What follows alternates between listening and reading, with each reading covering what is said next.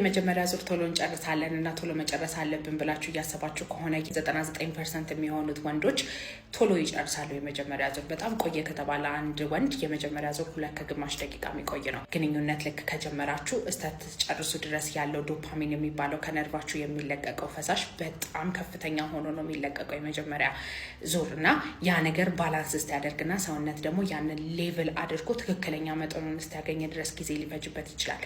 ሁለተኛ ደግሞ የመጀመሪያ ዙር ከጨረሳችሁ በኋላ የሚለቀቁ ፕሮላክቲን እና ኦክሲቶሲን የሚባሉ ሆርሞኖች አሉ። እነሱ ራሳቸው ሆርሞኖች ለሁለተኛ ዙር ዘግየት እንድትሉ የሚያደርጋቸው ሆርሞኖች ናቸው። እነዚህ ነገሮች ናቸው ለመጀመሪያ ዙር ቶሎ እንድትጨርሱ የሚያደርጋቸው። አብዛኛው ወንዶች የመጀመሪያ ዙር ቶሎ ከጨረሱ በኋላ ሁለተኛ ዙር እስከ 7-8 ደቂቃ ድረስ ይቆያሉ ማለት ነው። ስለዚህ ቶሎ መጨረስ በመጀመሪያ ዙር ብቻ ዳያግኖስ አይደረግም። ችግር አለባችሁ መባል አይችልም። የመጀመሪያ ዙርን አልፋችሁ ሁለተኛ ዙርም ሶስተኛ ዙርም ቶሎ መጨረስ እየተደጋገመባችሁ ከሆነና ያ ነገር 6 ወር ከቆየ የዛኔ ቶሎ መጨረስ አለባችሁ ማለት ነው። ሆርሞን ላይ፣ ነርቭ ላይ፣ ሳይኮሎጂ ላይ ያሉ ችግሮች ይኖራሉ። መታችሁ ቼክ ተደርጋችሁ እንደ አግባብነታችሁ መድኃኒት ልናዝላችሁ እንችላለን።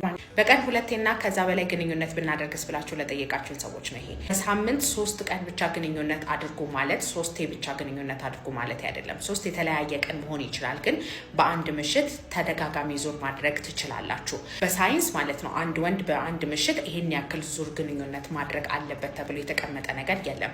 አቅሙ ካላችሁ ፍላጎታችሁ ካልቀነሰ ከሁለት ግንኙነቶች መካከል ያላችሁ ሰዓት ትንሽ ከሆነ እንድትፈለጋችሁበት ድረስ ልትሄዱ ትችላላችሁ።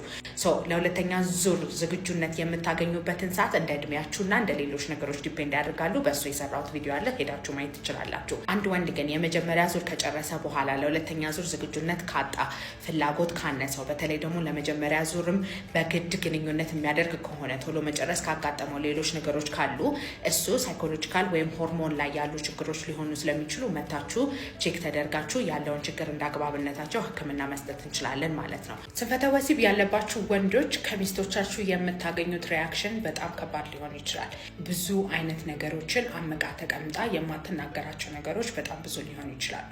አንድ ወንድ ለስንፈተ ወሲብ ሕክምና መጥቶ ቶሎ መጨረስም ሊሆን ይችላል፣ የብልት አለመቆም ችግርም ሊሆን ይችላል። መጥተው ከሚስታችሁ የምትፈልጉትን አይነት ሪስፖንስ ላታገኙ ትችላላችሁ። ያለውን ለውጥ ላታስተውልም ወይም ላትናገርበትም ትችላለች ማለት ነው። እነዚህ አይነት ነገሮች በጣም ልብን የሚጎዱ ልብን የሚሰብሩ ነገሮች ናቸው። ስለዚህ ስንፈተ ወሲብ ያለበት ባል ያለሽ ሴት ወይም ደግሞ ስንፈተ ወሲብ መሀል ሕክምና ላይ ያለ ባል ያለሽ ሴት ማለት ነው ይህንን ነገር በትክክል አስበሽበት ማለት ነው እሱ ሕክምና ለማግኘት መጥቶ ተመርምሮ ያለበትን ነገሮች በሙሉ አውርቶ ሕክምና ከጀመረ አንቀር አንቺም ደግሞ በየበኩልሽን ግንኙነት ላይ ያለውን ለውጥ በማድነቅ ያለውን ለውጥ በማበረታታት ከአንቺ የሚጠበቀውን ነገር ደግሞ በማድረግ የሁለታችሁም ጉዳይ እስከሆነ ድረስ ማስተካከል መቻል አለባችሁ ማለት ነው። ከጨረሳችሁ በኋላ ብልታችሁ መልፈስፈስ አለበት። የብልት አለመቆም ችግር በግንኙነት ጊዜ አስቸገራችሁ ለማለት መቁጠር ያለበት የዘር ፈሳሽ ከመፍሰሱ በፊት። በግንኙነት ጊዜ የብልት አለመቆም ችግር ሊያጋጥም የሚችሉት በ4 መንገዶች ናቸው። አንደኛ በምንም አይነት ለግንኙነት የሚያነሳሳችሁ ነገር ቢኖርም በጭራሽ ብልታችሁ የመቆም አይነት ምልክት ራሱ አያሳይ። ሁለተኛ ደግሞ ይቆማል ግን ልፍስፍስ ነው። ሶስተኛ ደግሞ ወደ ሴት ብልት ሲገናኝ የመልፈስፈስ አይነት ባህሪ ሲኖረው ነው። አራተኛ ደግሞ የሴት ብልት ከተገናኛችሁ በኋላ ግንኙነት በምታደርጉበት ጊዜ እናንተ ሳትጨርሱ ብልት መሀል ላይ ሲልፈሰፈስ። እነዚህ 4 መንገዶች የብልት አለመቆም ችግር አለባችሁ ሊያስብላችሁ ይችላል። እዛ ጊዜ ሆርሞን ላይ፣ ነርቭ ላይ፣ ደም ስር ላይ እና ሳይኮሎጂ ላይ ያሉትን ነገሮች መታችሁ ቼክ ተደርጋችሁ እንደ አግባብነታቸው ሕክምና ልናስጀምራችሁ እንችላለን። ታክሲ ውስጥ ብልቴ ይቆማል። አንድችን ሴት በአጠገቤ ስታልፍ ብልቴ ይቆማል። በማልፈልገው ቀን ግማሽ ቀን ላይ ብልቴ ይቆማል። ስለዚህ በጣም ለወሲብ ያለኝ ፍላጎት ከፍተኛ ነው፣ ቀንሽልኝ። ይህ ሃይፐርሴክሹዋሊቲ ሲንድረም ይባላል እና ይህ ችግር አለባችሁ ከማለታችን በፊት ማሟላት ያለባችሁ ነገሮች አሉ። በመጀመሪያ 6 ወር መቆየት አለበት። ሁለተኛ ደግሞ በማይመቻችሁ ጊዜ ብልት ሲቆም ብቻ ሳይሆን ያንን ነገር መቆጣጠር ሳትችሉ ስትቀሩ ወይም ራሳችሁን በማይሆን ጊዜና በማይሆን ሁኔታ ውስጥ ግንኙነት ማድረግ የለብኝም ብላችሁ መቆጣጠር መቻል ሲያቅታችሁ የዕለት ተዕለት ተግባራቸው ላይ ተጽዕኖ ያመጣል ማለት ነው። ኋላ ሴት ከሆነች ስራ ባልደረባቸው ጋር የማይሆን መጋተት ውስጥ ይገባሉ። ወደ ሴተኛ አዳሪ መቅጠር ውስጥ ይገባሉ። ከትዳር ውጭ ካሉ ግንኙነቶች ላይ በጣም ይጠመዳሉ እና ኖርማል ቢሆኑ ኖሮ ላያደርጉ የሚችሉትን ነገር ሲያደርጉ ይገኛል። ስለዚህ ይሄ ችግር ወይም ሌሎች ስንፈተ ወሲቦች አለብኝ ካልክ ታች ባስቀመጥኩት ስልክ ቁጥር ከጠዋት 3 ሰዓት እስከ 12 ሰዓት ድረስ ብቻ በመደወል በአካል ለመምጣት ቀጠሮ ማስያዝ ትችላለህ። ሁል ጊዜ እጠብቅሃለሁ። ባይ ባይ። ሕክምና ተርሞ ኢሬክታይል ዲስፈንክሽን ማለት ነው። አንድ ወንድ ለአቅመ አዳም ከደረሰ በኋላ የግንኙነት ህይወት ከጀመረ በኋላ የብልት ዝግጁነት በእነዚህ 3 ምክንያት በሚልፈሰፈስበት ጊዜ ወይ ዴፊኒሽኑ አጠቃላይ ማለት ነው እነዚህ 3ቱን ክራይቴሪያ ያሟላ ይሆናል። የመጀመሪያው ግንኙነት ለማድረግ በሚያስብበት ጊዜ ብልት ዝግጁ የማይሆን ከሆነ ማሰብ ብቻ ሳይሆን መነካካት፣ ሌላ ማነቃቂያ ስቲሙሌሽኖች በሚኖሩበት ጊዜ ብልት የማይነሳ ከሆነ ነው። ሁለተኛው ሊነሳ ይችላል፣ ነገር ግን በቂ ጥንካሬ በማይኖርበት ጊዜ ነው። ሶስተኛው ደግሞ መጀመሪያ ላይ በቂ ጥንካሬ ኖሮት ተነስቶ ያን ጥንካሬውን ማስጠበቅ ሳይችል ወይም ፈሳሽ ከመውጣቱ በፊት ጥንካሬውን ካጣና ከተልፈሰፈሰ እንዲሁም ደግሞ ይሄ የግንኙነት ልምምድ ለተከታታይ 6 ወራት የነበረ ከሆነና ሬጉላር የሚባል ደረጃ ወይም በድግግሞሽ የተደረገ ግንኙነት ኖሮ ይሄ ችግር ካጋጠመ ወይም ደግሞ 80% የግንኙነት ህይወታችሁን ሙሉ ለሙሉ እንኳን ባይሆን ከነበራችሁ ግንኙነት ህይወት ላይ 80%ቱን ካጠቃለለ ኢሬክታይል ዲስፈንክሽን አለ። አልገባኝም። እሺ፣ ያልገባችሁ ሰዎች በተለይ ይህን መጠይቅ አንድ ሌላ ቪዲዮ ሰርቼላችኋለሁ። ስለዚህ መጠይቅ የሚያወራ ማለት ነው። እዛ መጠይቅ ላይ ሂዱና እያነበባችሁ የእናንተን ስኮር አውጡ። የእናንተ ያለውን ፊት የሚያደርጋችሁን ማለት ነው። ስለዚህ ይሄ መጠይቅ የሚያገለግለው የብልት ጥንካሬያችሁን ለመለካት ነው። የብልት ጥንካሬ ደረጃዬ ችግር አለው የለውም የሚለውን ለማወቅ ነው። ችግር ካለው ደግሞ ደረጃውን ለመወሰን ማለት ነው። ስለዚህ እያንዳንዱ 5 ጥያቄዎች 5 ነጥብ አላቸው።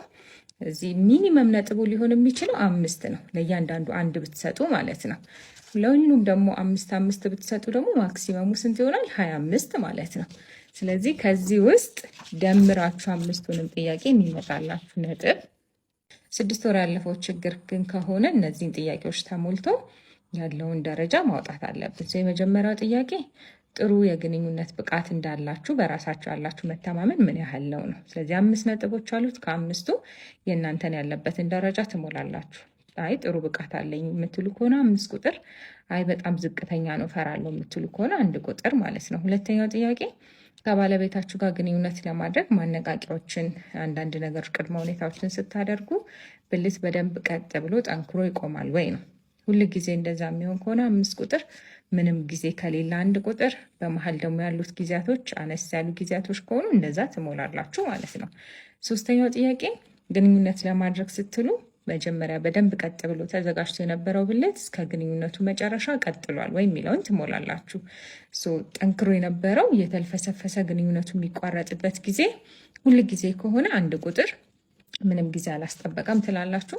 ሁል ጊዜ በደንብ ተነስቶ የነበረው ብልት እስከ መጨረሻው ቀጥሎ ጨርሶ ከነበረ 5 ቁጥርን፣ ወይም በመሀል ያሉትን ጊዜያቶች ደግሞ ግማሹን ፐርሰንት እንደዛ ነበር ካላችሁ፣ አንዳንድ ጊዜ ከግማሽ በላይ ጥሩ ነበር ካላችሁ እንደዛ እየሞላችሁ ትሄዳላችሁ።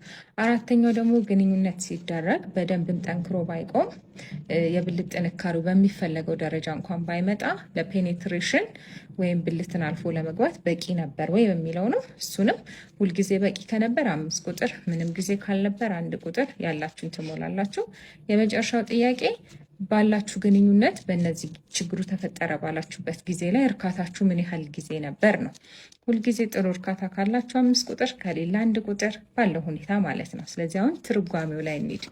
ድምራችሁ ስንት መጣ የሚለው ማለት ነው። ደረጃ 1 ቁጥር መምጣት አይችልም፣ 5 ይመጣል። 5 1 መምጣት አይችልም፣ 11 ይመጣል። እሺ፣ ስለዚህ ሚኒመም የሚመጣው 5 ነው። እሺ፣ ሁሉንም አንዳንድ ነጥብ እንኳን ብትሰጡ።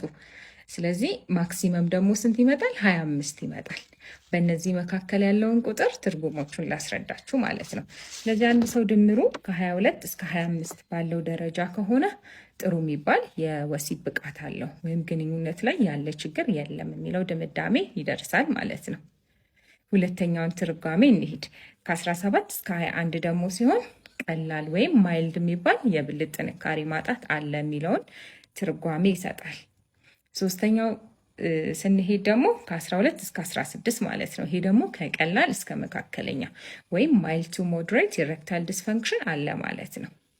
አራተኛ ደረጃው ደግሞ ከ8 እስከ 11፣ ይሄ ደግሞ መካከለኛ ወይም ሞደሬት የሆነ የብልት ጥንካሬ ማጣት አለ ማለት ነው። የመጨረሻው ነጥብ ከ5 እስከ 7፣ ያ ሲሆን ሲቪየር ወይም ከፍተኛ ደረጃ የደረሰ የብልት ጥንካሬ ማጣት አለ ማለት ነው። ስለዚህ ትርጓሜዎቹ እነዚህ ናቸው።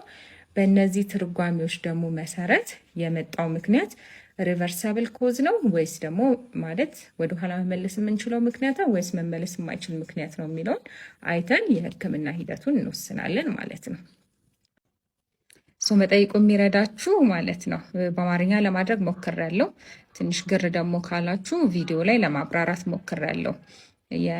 ያላችሁን የግንኙነት በራስ መተማመን እንዲሁም በግንኙነት ቅድመ ዝግጁነት ጊዜ ያላችሁን የብልት ዝግጁነት እንዲሁም ጥንካሬውን አስጠብቆ መቆየት መቻሉ ባለውም ጥንካሬ ፔኔትሬት ማድረግ መቻሉ እና የእርካታ ደረጃችሁን የሚመዝን ነው።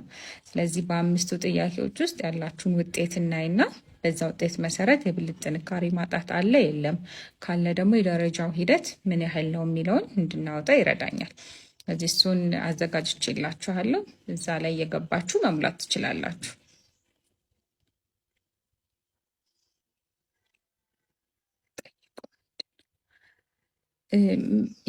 እሺ ካልገባችሁ የተዘጋጀው ፎርም ምንድን ነው? የብልት ጥንካሬ ማጣት አለብኝ ወይ ብልቴ በደንብ አይቆምም ብለው ግራ የሚጋቡ ወንዶች አሉና እሱ ችግር የምር ችግር አለው የሚለውን ለማወቅ ነው የሚረዳው። ችግሩም ደግሞ ካለ ችግሩ አነስተኛ ነው፣ መካከለኛ ነው ወይስ ከፍተኛ ደረጃ የደረሰ ነው የሚለውን ለመለየት ነው። እሱ እንዲረዳ 5 ጥያቄዎች ተዘጋጅተዋል። እያንዳንዳቸው 5 ነጥብ አላቸው። እዚህ እዛ ጥያቄ ላይ የምትመልሱት የእናንተን የግንኙነት ኤክስፒሪየንስ ወይም ልምምድ ያለበትን ደረጃ ለእናንተ ትክክል ፊት ያደርጋል ብላችሁ የምትሉትን ቁጥሮቹን ነው የምትሞሉት።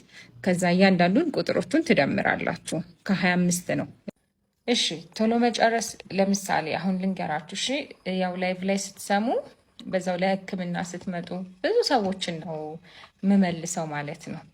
በተለይ ቶሎ መጨረስ ችግር ወንዶች ሲያጋጥማችሁ በጣም ነው የምታፍሩት፣ በጣም ነው ሼም የሚይዛችሁ። ከዛ በኋላ ደግማችሁ ግንኙነቱን ለማድረግ በጣም ነው የሚደብራችሁ ማለት ነው። ቶሎ መጨረስ እንደ ክራይቴሪያ ራሱ ለመታከም ሬጉላር የሆነ ወይም ድግግሞሽ አለ የግንኙነት ህይወት የነበራችሁ መሆን አለበት። ያም ድግግሞሽ ደግሞ ላለፉት 6 ወራት በትንሹ መቆየት መቻል አለበት። በዛ ድግግሞሽ ጊዜ የመጀመሪያው ዙር ላይ ከጊዜ በኋላ የመጣ ቶሎ መጨረስ ከሆነ 3 ደቂቃ እና ከዛ በታች። ቀጥሎ ላለው ግንኙነት ደግሞ አንደኛ መቆም ቶሎ የማይችል ከሆነ ቢቆምም ግን ያኛው የቆይታው መጠን ተመሳሳይ ከሆነ እናንተም ሚስታችሁም በዛ የቆይታ ሁኔታ ደስታን የሚፈጥር የግንኙነት ህይወት ከሌላችሁ ክራይቴሪያ ነው ለመታከም ማለት ነው። ምክንያቱም አንዳንድ ወንዶች ይመጡና ግንኙነት ባለፈው ሳምንት አድርጌ በጣም ፈጠነብኝ፣ ሼም ያዘኝ፣ በቃ ለመታከም መጣው የሚሉ አሉ። እንደነዚህ አይነት ነገሮችን ህክምና አናደርግም፣ ክራይቴሪያውም ስለማይፈቅድ ማለት ነው። ስለዚህ ያለውን የክራይቴሪያ ሁኔታ ማሟላት አለባችሁ። ሌላ ሁለተኛው አንዳንድ ወንዶች ገና ስትጀምሩ ጀምሮ የሚኖራችሁ ፍጥነት አለ። አንዳንዱ ፕሪፔኔትሬሽን ነው። ገና ወደ ሴቷ ብልትም ከመግባቱ በፊት የቅድመ ዝግጁነቱ ላይ ወይም ፎርፕሌው ላይ የግንኙነት ውጥረቱ ከፊልና ስሜት መጥቶ ፈሳሽ ሊወጣባቸው ይችላል። ቀጥሎ ደግሞ ዝግጁ ላይሆንላቸው ይችላል። ዝግጁ ቢሆን ያላቸው ቆይታ 1 ደቂቃና ከዛ በታች ነው የሚሆንባቸው። እነሱም ሰዎች ግን